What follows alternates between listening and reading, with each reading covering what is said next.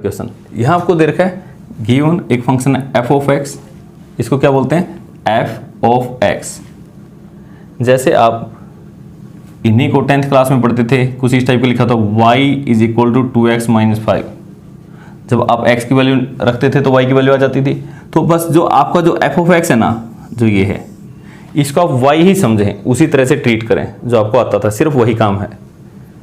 F of x बराबर 2x minus 5। Write down the value of, आपको value निकालनी है, ये लिख करके इसको पढ़ना सीखें। एफ ऑफ 0 मतलब फंक्शन f की वैल्यू, f की क्या निकालनी है वैल्यू। मैं लिख देता हूं यहां ताकि आपको पढ़ना भी आ जाए। वैल्यू ऑफ f एट 0 भी लिख सकते हो या at x is equal to 0। ये आपको लिखना नहीं है, सिर्फ आपको ताकि आपको एकदम पढ़ना आ जाए, इसलिए मैंने लिख दिया। f ऑफ 0 का मतलब है वैल्यू ऑफ f की value at x is equal to 0। यहां आप कंफ्यूज ना हो, जो f है जैसे आप 10वीं क्लास में y पढ़ते थे उसकी जगह मैंने यहां पे क्या लिख दिया, f लिख दिया। तो वैल्यू ऑफ फंक्शन या f एट x बराबर 0। तो निकालोगे कैसे,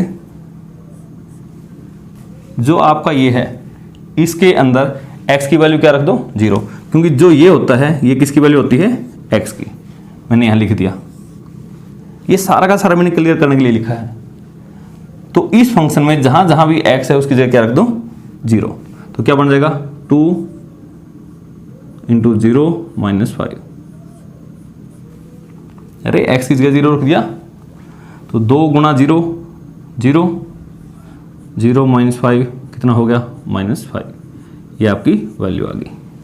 किसकी वैल्यू आ गया, ये फंक्शन की, f की वैल्यू है, वैल्यू ऑफ f। कब, जब x की वैल्यू क्या थी 0, उस वक्त ये वैल्यू।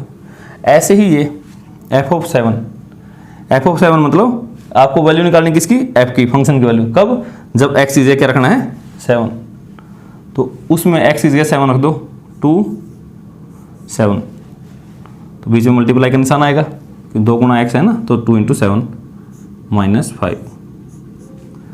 2 की और 7 की गुणा करोगे 14 माइनस 5, 14 में से 5 गया 9 बच जाएगा। ये वैल्यू है किसकी, f की, जब x कितना था 7। अब यहाँ 2 इंटू एक्स की जगह क्या रखना है -3। जब भी माइनस की वैल्यू रखो तो ब्रैकेट जरूर लगाया करें ताकि आपसे गलती ना हो। 2 इंटू मतलब गुणा, 2 इंटू -3 और फिर माइनस का 5। तो पहले तो गुणा होगी, 2 की और 3 की गुणा 6, एक प्लस की थी एक माइनस की, तो माइनस का 6 माइनस का 5, दोनों सेम साइन के हैं, तो कितनी वैल्यू आ जाएगी -11।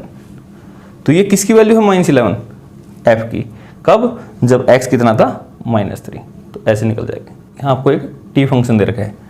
t फंक्शन जो इसने दे रखा है, बता रखा है कि t एक ऐसा फंक्शन है जो डिग्री सेल्सियस से किस में कन्वर्ट करता है, टेम्परेचर को फारेनहाइट में। t एक ऐसा फंक्शन है जो डिग्री सेल्सियस से फारेनहाइट में चेंज करता है।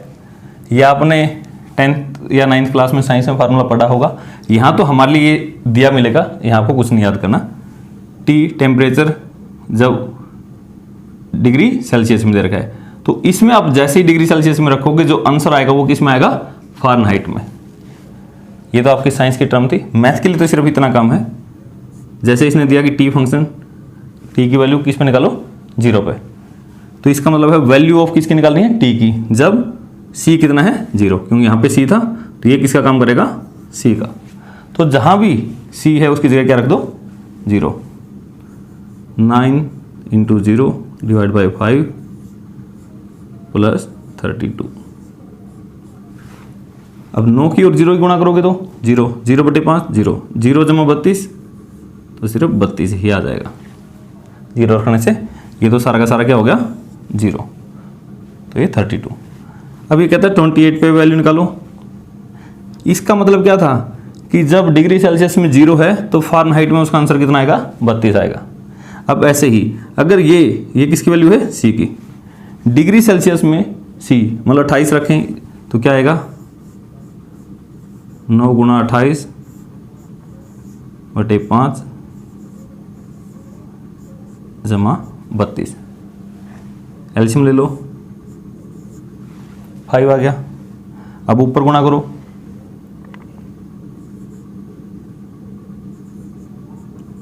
$252 प्लस अब 5 की और इसकी तो 160 आ जाएगी। तो अब देखो कितना आ गया, इसको और इसको जोड़ो, 412 डिवाइड बाय 5, सिर्फ जोड़ लो, जोड़ने से आ गया। अब 5 से डिवाइड करोगे तो कितना आंसर आ जाएगा, 5 की 40 कितने पे गया, 8 पे गया, तो यहाँ बच गया 1 और 2, 12 बच गया, तो 5 दूनी 10, यहाँ पे क्या बच गया, 2 बच गया। फिर वो लेके देखोगे तो 82.4, ये आप सिर्फ भाग करके देख लेना। तो इसका मतलब जब डिग्री सेल्सियस में आप उसका मान 28 रखोगे तो फ़ारेनहाइट में कितना आएगा, 82.4। अब ऐसे ही तीसरा, ये तो सिर्फ मैं मतलब बता रहा हूँ, आपके साइंस में काम आएगा। यहाँ तो सिर्फ आपको वैल्यू रखनी है और इसकी वैल्यू निकालनी है। अब इसी फार्मूले में सी की वैल्यू कितनी रख दो, और ये भी आपको लिख के दिखाने की जरूरत नहीं कि सी इतना है, सिर्फ ये तो मैं आपके लिए ताकि आपको धीरे धीरे प्रैक्टिस हो जाए कि ये सी है, बाकी सब कुछ आपको लिखना है। 9 और सी की वैल्यू -10 बट 5 प्लस 32, माइनस है तो आपको बताया मैंने कि हमेशा ब्रैकेट लगाओ, 5 से कैंसिल, 5 × 5, 5 × 2। अब ये प्लस का ये माइनस का, तो गुणा तो करोगे माइनस क्या आएगी, 9 की और 2 की गुणा, 9 × 2 18 प्लस 32, कितना आंसर आ गया, 14। ठीक है, मतलब सी की वैल्यू आपने ये रखी तो आपकी फ़ारेनहाइट में ये आंसर आएगा। सिर्फ आपको तो वैल्यू निकालने की प्रैक्टिस करवा रहा है, प्रैक्टिस करनी है। अब यहाँ है, ये क्वेश्चन आपके लिए थोड़ा सा अभी तक से डिफरेंट है। गिवन TC मतलब 212, ये किसकी वैल्यू है, ये किसकी वैल्यू है, T की वैल्यू है, क्योंकि T के सामने दे रखी ना। ये कहता है T की वैल्यू 212 है, कब, C को क्या रखूं, पता कीजिए कि कितना रखने से उसका आंसर कितना आएगा, 212। यहाँ आपको क्या दिया होता था, हमेशा ये दे रखा है और आपको हमेशा उत्तर निकालना, आंसर निकालना था। यहाँ आपने 0 पे ये निकाला, 28 पे आपने ये निकाला, इस पे ये निकाला। अब इस बार आपको क्या दे रखा है, इनमें से दे रखा है, आपको आंसर दिया गया है और आपसे पूछा है ये स्टेटमेंट पूछ, डोमेन का एलिमेंट पूछा है कि ये क्या आएगा, आंसर दे रखा है। कैसे करोगे, T ऑफ C बराबर 212, TC क्या था फार्मूला, ये रहा, 9C 5 डिवाइड बाई 5 प्लस 32 212। कुछ नहीं करना, जो TC था फार्मूला रख दिया, 212 वैल्यू दे रखी थी। अब इसको सोल्व कीजिए, 9C डिवाइड बाई 5 212, 32 इस तरफ प्लस का है, दूसरी तरफ ले जाओ माइनस का हो जाएगा, 9C बाई 5, इसमें से इसको घटाओ 180, 180 बच जाएगा।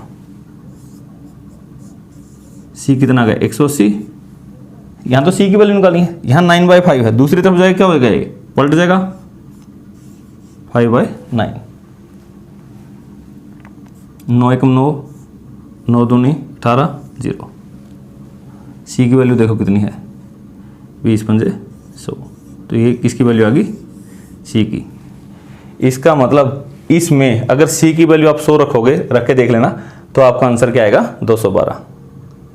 यहाँ तो आपको सारे ये दे रखे थे, आंसर निकालना था, यहाँ उल्टा था, आंसर दे रखा था और ये पूछा था कि किस वैल्यू के लिए आएगा वो।